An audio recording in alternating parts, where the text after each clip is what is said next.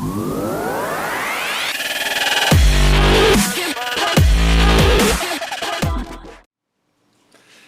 everyone, this is Dr. Peter Kan, Doctor of Functional Medicine, Integrated Medicine, and Functional Neurology. And for those of you that have been following us week in and week out, I want to say a big shout out to you and thank you for following and commenting. Your response is what keeps me going. And if you're watching for the first time, I want to welcome you to our show. Just know that this show is live on Facebook. We also put it on Instagram. And also it's going to be recorded so that it's put on our blog at askdrkan.com. So you can watch previous episodes. There's a lot of good stuff there. You want to go through it and search for what's going to help you. So today we're going to talk about gut punched. Okay, we're going to talk about leaky gut, getting your gut just destroyed by food that's going to hurt it. So we're going to talk about 5 foods that can cause leaky gut and 5 foods that's going to heal leaky gut. Okay, now in my practice, I work with clients day in and day out with people with chronic autoimmune disease, thyroid problem, people with chronic digestion issues, and most of these people, these clients, they have fatigue, they have energy problem, they have joint pain. Hello, Scott Barling, my man. So usually common symptoms are fatigue, joint pain, brain fog, fatigue. You get achiness. You have weight gain issues. You may have depression, anxiety, lethargy.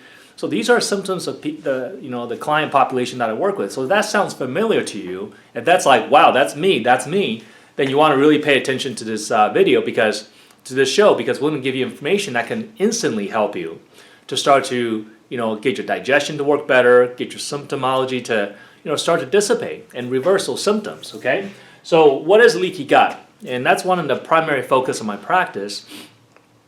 And leaky gut is in chronic damage and chronic inflammation of your intestinal lining that's causing malabsorption, right? So your intestinal tract is a very important organ, especially your small intestine, because that's where actually the nutrients and the vitamins and minerals are actually absorbed in the small intestine. In your stomach, not much absorption is taking place. Your stomach is really a place where you're breaking down the food into smaller pieces. In the small intestine, that's where the absorption takes place. So if you have problems with small intestine, you're going to have malabsorption issues. So that'll be like, you eat healthy, right? We have a lot of clients that tell us I eat healthy, but they're not absorbing anything, right? So if you're not absorbing, it doesn't matter how healthy you eat, it's not going to make a big difference for you. So when you have things like chronic stress, chronic, infections in your gut, maybe you have toxicities that come into your system, these are things that can actually damage the lining of your small intestine. When your lining of your small intestine becomes damaged, then food particles, undigested food, bacterial toxins and different things can start to leak out of the intestinal lining where normally it's contained in the gut. This is called leaky gut. Hi Marian, good to see you. So now with leaky gut, it's not really a digestion issue. You see, people associate leaky gut with a digestion problem. Leaky gut is not a digestion problem. Although you can have gas and bloating, that can be your symptom, but leaky gut is actually a systemic inflammatory condition. Because once those food particles leak out of your gut lining, your immune system is going to start to see these undigested protein and bacterial toxins as a foreign invader. It'll start to attack these proteins like you have an infection basically. And that elicits an immune response, which is inflammation. And once that inflammation starts, it circulates throughout your body. If it gets to the joint, you got arthritis. You get joint pain. If it gets to your muscle, you feel achy, you have chronic pain, muscle, you get massage, it doesn't feel better.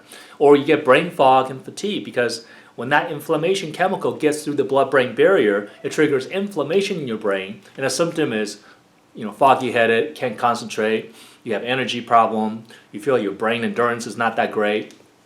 Or even when it gets worse, you can have depression, you can have anxiety, ADHD. So these are all the problems that leaky gut can cause. So leaky gut has been shown to also lead to autoimmune disease like thyroid problem, like Hashimoto's, MS, lupus, rheumatoid arthritis, ulcerative colitis, you name it. So we want to be able to identify leaky gut if you have it. There's a test that we do that actually measures this. It's a blood test that measures antibody to specific proteins in your intestinal lining that's indicating damage. So we can actually identify it and retest to measure the progress to see if it's getting better. Okay, so we don't have to just rely on symptoms. There's objective testing that we do in our office. Now, so what are some of the things that you can do? Well, you want to know that there's 5 foods that are common. Now there's more than this, but these are the top five foods that can cause leaky gut. So the top five food is gluten, so foods that can cause leaky gut syndrome, LGS, is leaky gut. Now, let's write it out in case people are not familiar. Leaky gut. So number one food is gluten. Now gluten is actually not a food, right? Gluten is a protein found in several different types of food. It's a protein found in wheat, barley, rye, and oats. Okay. So now gluten is a compound that's a real sticky molecule, and just by nature itself, it's really hard to digest. It's hard for your body to break it down, and because it's sticky, it tends to cause blockages in your intestinal tight junction, and that makes things very difficult. Now, gluten has also been highly processed in the United States. The way we process gluten, the way we even grow them, much of them are genetically modified. They're sprayed like crazy. It's also been hybridized. So the gluten, the wheat that we eat today is not the same wheat that we're eating from like Jesus times, right? It's not the same protein structure anymore. So our body doesn't recognize this because it's not natural. It's not from the native wheat. So your body doesn't recognize the protein structure. Start seeing this protein that you eat as a Franken protein. Like it doesn't recognize it. So start to create an immune system attack on these proteins, and that can lead to leaky gut. So gluten is definitely one of the biggest offenders that we see with leaky gut. In fact, is there one thing that you do? Cut out gluten. You must do that if you have any type of fatigue, brain fog, thyroid problems, digestive issue, gas bloating, joint pain. Just try cutting out gluten and see how you feel. Now, how long do you cut it out for? You must do it for at least 30 days. Perhaps some people, it's actually longer. 30 days is the minimum that you cut out. So to see if you'll feel any improvement. So gluten is definitely one of the biggest triggers for leaky gut. Now, gluten not only causes leaky gut, it's basically one of the most inflammatory foods out there. People think, really? Bread? Yeah, gluten really causes more than just gut issue. It's actually a compound that your body doesn't digest well. And once your body starts reacting to it, it can cause a lot of neurological issues. There's tons and tons of studies on gluten sensitivity, how people can react to gluten. And the symptom is things like depression, anxiety, ADHD, could be part of the autism picture or make someone like that worse. It can lead to ataxia or balance issues, neuropathy, can cause a lot of neurological problems. In fact, in the scientific literature, researcher says that gluten sensitivity causes more neurological symptoms than gastrointestinal symptoms. So know that if you have gluten sensitivity and leaky gut, you don't necessarily have to have a tummy ache. Most often you have brain fog, fatigue, which are neurological. You can have joint pain. You can have skin issues like eczema and so forth. Hi Marie, good to see you. So those are the things, there's so many reasons to just not eat gluten. That really, like if you want to be healthy, if that's what you want, then that's one of the first things you look at. If you don't care about being healthy, then you eat what you want. But then you probably wouldn't be watching this, right? Now, if you have health issues, I want to be healthy, I just don't know what to do. I'm showing you right here. You must eliminate that, okay? Because this can cause leaky gut, but causes more than just gut issues, causes neurological issues. Second food you want to cut out is dairy. Now, when I say dairy, I mean cow's milk. I really say cow's milk. Because a lot of people think egg is a dairy, but egg is not. Egg is in the dairy section of the supermarket. But when we say dairy, we really mean cow's milk protein. And the cow's milk protein is called casein. And your body has a difficult time breaking that down as well. Or for many people, they do have difficult time breaking that down. And so casein is actually very commonly associated with gluten sensitivity. In those with gluten sensitivity, 50% or more are also sensitive to the dairy, casein as well. So there's a high correlation between gluten and dairy. So that kind of takes pizza out of the question, right? I mean, pizza is basically wheat and cow's milk. So, people say, I don't want to give up my pizza. Well, there are alternatives. You just got to find other ways to make these things, okay? I'll get to gluten-free in just a little bit. So number 3 food that you may have a problem with is actually sugar, or that can cause leaky gut. So sugar in general especially sugar in today's world, are all processed sugar, right? You have simple table sugars and processed sugar that are in all these foods that we have, barbecue sauce, condiments, juices, and it's sugar just everywhere. and then they're hiding in places. So you have to be able to identify it. And sugar feeds bacteria, and sugar feeds yeast. And those things can lead to gut infections, which is one of the triggers of leaky gut. So you want to starve out the bad guys by cutting out the sugar. Now, another particular sugar is called fructose. Fructose is a sugar that's found in fruits, typically. Now, fructose is different than high fructose corn syrup. High fructose corn syrup, although it has the name fructose in it, this is found in fruits. High fructose corn syrup is actually not made from fruit. It's actually a highly refined and processed sugar made from, you guess it, corn. It's got the name corn syrup in it, right?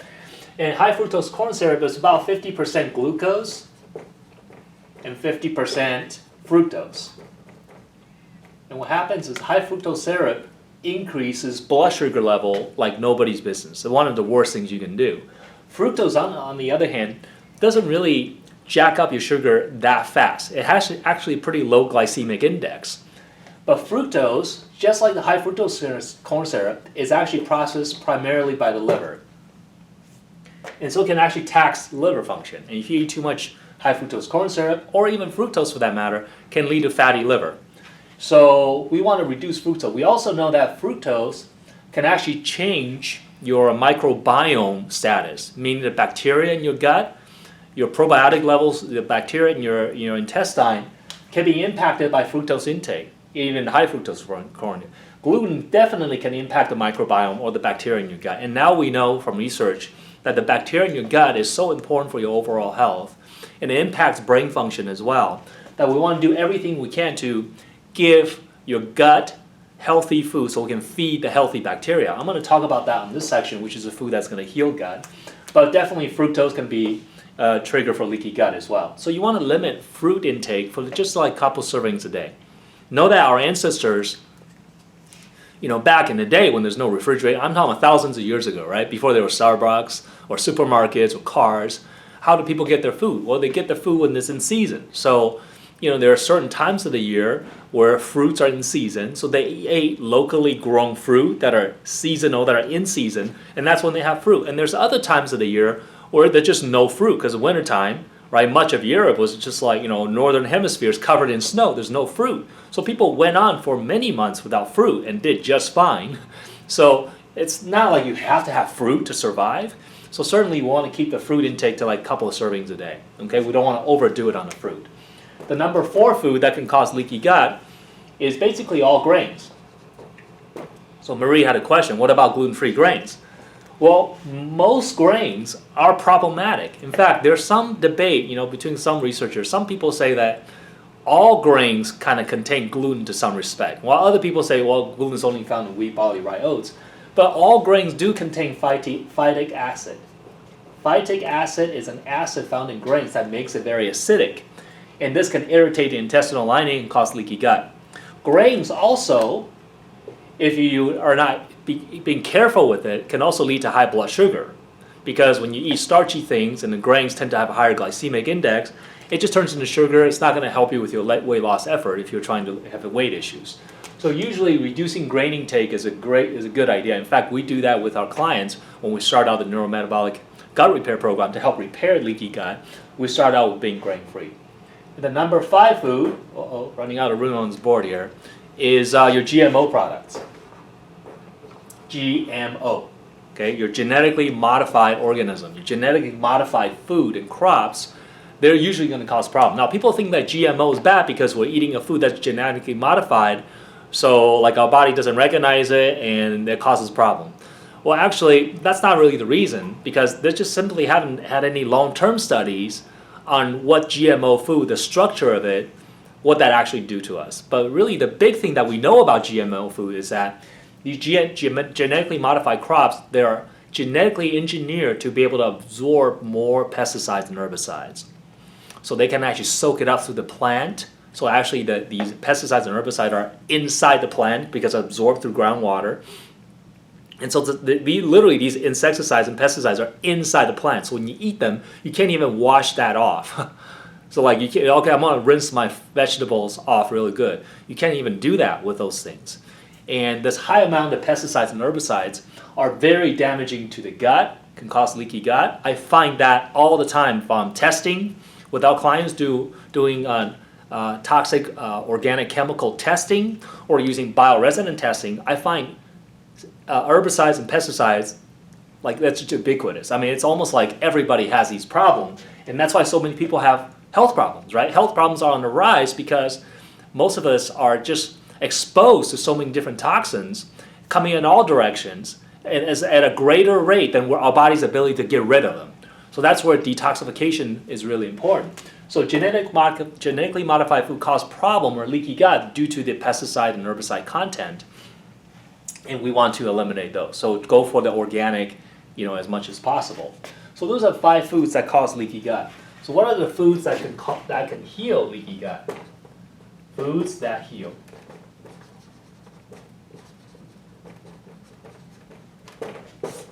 Okay, so foods that heal leaky gut. Well, let's just start with vegetables, right? So really, we should be on a plant-based diet, okay? Now, I'm not promoting vegetarianism. In fact, I don't think our ancestors ate only vegetables. I think we ate whatever we can get our hands on.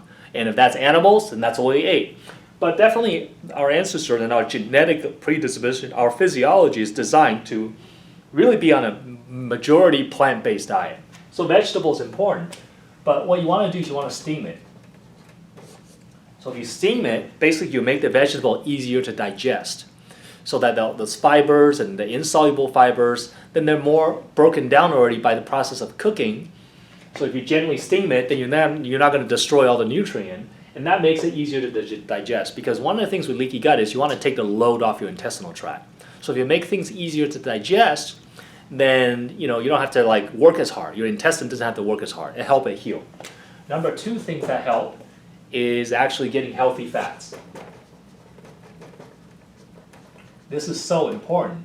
And for many, many decades, fat is bad has been pounded into our head, right? Because they say, oh, if you eat too much fat, fat causes cholesterol leads to heart disease. I mean, there's not a bigger scam than that, right? Because research has bearing out otherwise. Basically, now American Journal of American Medical Association, the British Medical Journal Medical Association, they're all basically publishing and saying that, you know what, this whole thing with fat causing heart disease, science just doesn't bear it out. It's completely not true. When they first came out with that theory, it was based on some flawed test, but nobody ever challenged it, and so we've just been adopting this dogma that fat causes problem. Now, bad fat causes problem, but good fat is absolutely essential for health. In fact, it's protective of the heart. So that's why I say healthy fat. You have to make a distinguishment, right? There's healthy fat and there's bad fat. You want to eat the healthy fat. So what are those things? Avocado, right? Egg yolk has healthy fat in it. So this whole thing, egg has high cholesterol. Most of the cholesterol is produced endogenously by your own body anyways. The cholesterol that you get from food is a very small percentage of your overall cholesterol level on your blood test. So even if you eat 2 eggs a day, that's not going to contribute enough cholesterol from that to make up for the 200 and whatever level you are at for your cholesterol level. So don't worry about it. Eating in moderation, eggs can be healthy, and if you don't react to it. Other source of healthy fat would be avocado. It's a wonderful source of healthy fat. You should incorporate that into your diet as much as possible. Anything coconut-based, coconut milk, coconut oil, coconut flakes. Coconut stuff contains a lot of healthy fat. And then your olive oil is healthy fat as well. So you want to incorporate as much of those things. Now you know that you can get healthy fat from nuts and seeds as well.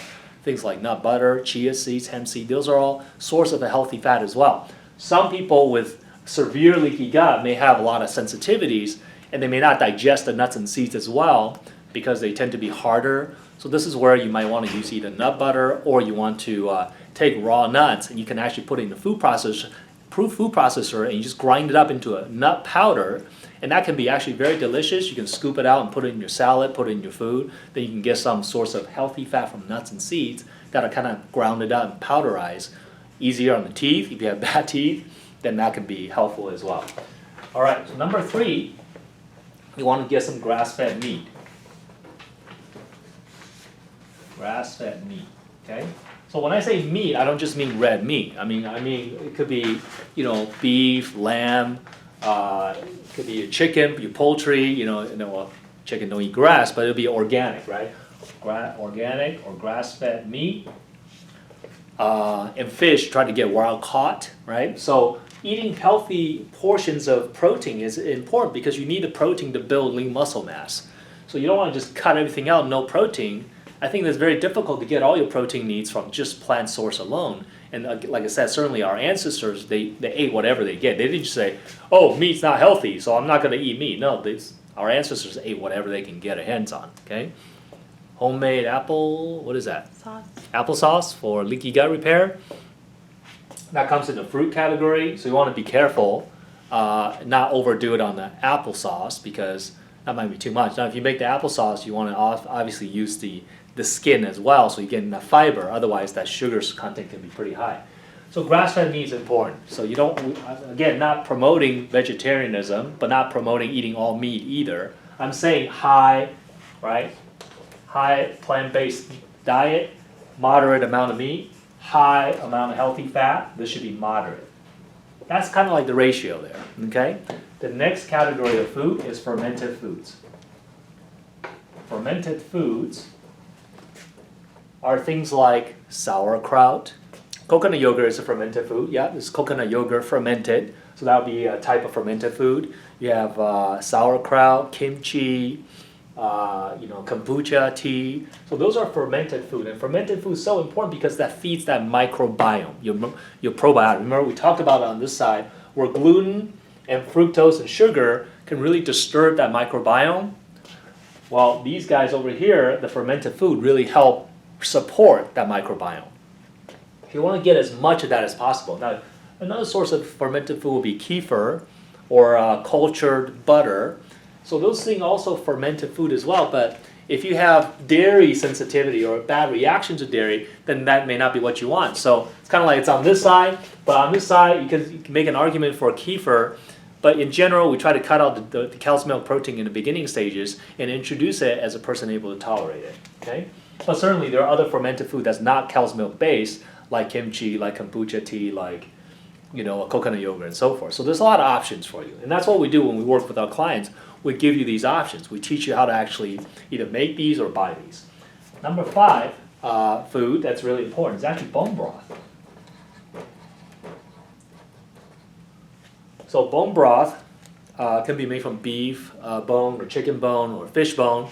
So basically you're taking bone and you're cooking it under low heat for long periods of time to get that broth, to get that marrow and get a cartilage out of the bone. So know that, why is that important? Because the Western diet is actually really deficient in bone broth and in cartilage, right? Because if you think about it, it's all think about back to our ancestor times. When they caught an animal, they weren't like, oh, well, I'm just going to eat the thigh. I'm going to eat the chicken breast. I mean, they ate the whole thing. In fact, our ancestors ate the bones, right? They chewed on the bone. They get the bone marrow out of there. They ate the cartilage. Like I grew up in Taiwan, so I'm Chinese, and we eat duck feet. We eat a pork feet. We eat the pig's ears. Like we eat all the stuff that has cartilage in it, and that cartilage is so important because it contains type 1, type 2, type 3 collagen, and these things actually help you build your joints, your bones, and also these cartilage in bone broth contains high hyaluronic acid and glucosamine, which are stuff like people take supplements for, like glucosamine sulfate for joint supplements. Well, you can get that from bone broth. The thing is, in a Western standard Americanized diet in the past 50 to 100 years, like nobody eats cartilage anymore, right? People just eat like chicken breast, straight up steak, but nobody eat the actual cartilage from these animals anymore. So that dietary intake of cartilage has been severely deficient in the Western Americanized diet. And that's leading to a decrease in these collagen building material, and that's why you're seeing a lot of these athletes having injury, like more prone now. You say, oh, because they're stronger. No, because the joints are weak, man, because they don't eat the right food. You get kids that have Achilles tendon tears so easily, tendon problem, joint problems, so prevalent. I think a big part of that is just we're not getting enough nutrient to actually feed our joint. So bone broth can be really important. You can certainly make them, and I'm in the process of bringing bone broth in a supplemental form, in a powder form, so you can actually just very easily mix in water, make a smoothie, and make it really tasty and yummy, so that you can actually get that support. So that's going to be really important going forward as far as how we're going to help people. Bone broth also contains all these collagen type proteins, and that can help with leaky gut. So that's why it's an under leaky gut food that supports leaky gut, because that collagen, your intestinal lining is full of connective tissue. So you need a connective tissue support from the collagen to help you build more collagen and connective tissue that can help with leaky gut. And bone broth also contains a lot of immune boosting components to it, like the minerals. So this is going to help with your immune function as well. Okay, so there you have it. You have foods that cause leaky gut: gluten, dairy, sugar, grains, and GMO foods. And you have foods that heal leaky gut: steamed veggie, healthy fat, grass-fed meat, fermented food, and bone broth. So know that leaky gut is not a gut problem, it's a systemic inflammation problem. What does that mean? That means if you experience brain fog, or fatigue, or joint pain, or achiness, or you have digestive issues, you have mood issues, you have inability to concentrate, you have depression or anxiety, you have thyroid problems, hormonal issues, you have blood sugar problems, you have inability to lose weight, you feel like it's hard for you to detox properly. So if you have those symptoms, leaky gut is what you want to consider, and doing an appropriate lab test to identify leaky gut can be very helpful, so you know what you're dealing with and then get on a specific program. So that's what we do with our clients. If you have any questions, you can contact us. We do Skype and phone consultations with clients all over the country, all over North America and Canada. There's people that basically just find us because we have such a track record. If you go to our website, we have over 100 video testimonials of people who's gotten over their chronic diseases. So all by using natural protocols that I've developed. So contact us at 480-988-6269 or online at askdrkan.com.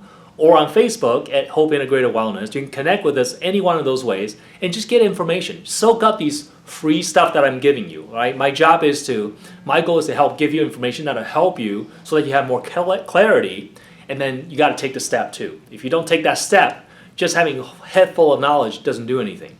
You got to actually do the things necessary to get better.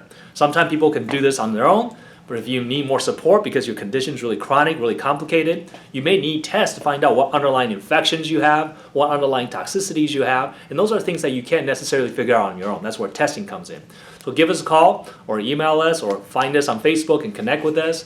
I'm here to support you and help you, and that's my mission, to help people to be able to get their life back after suffering for so long.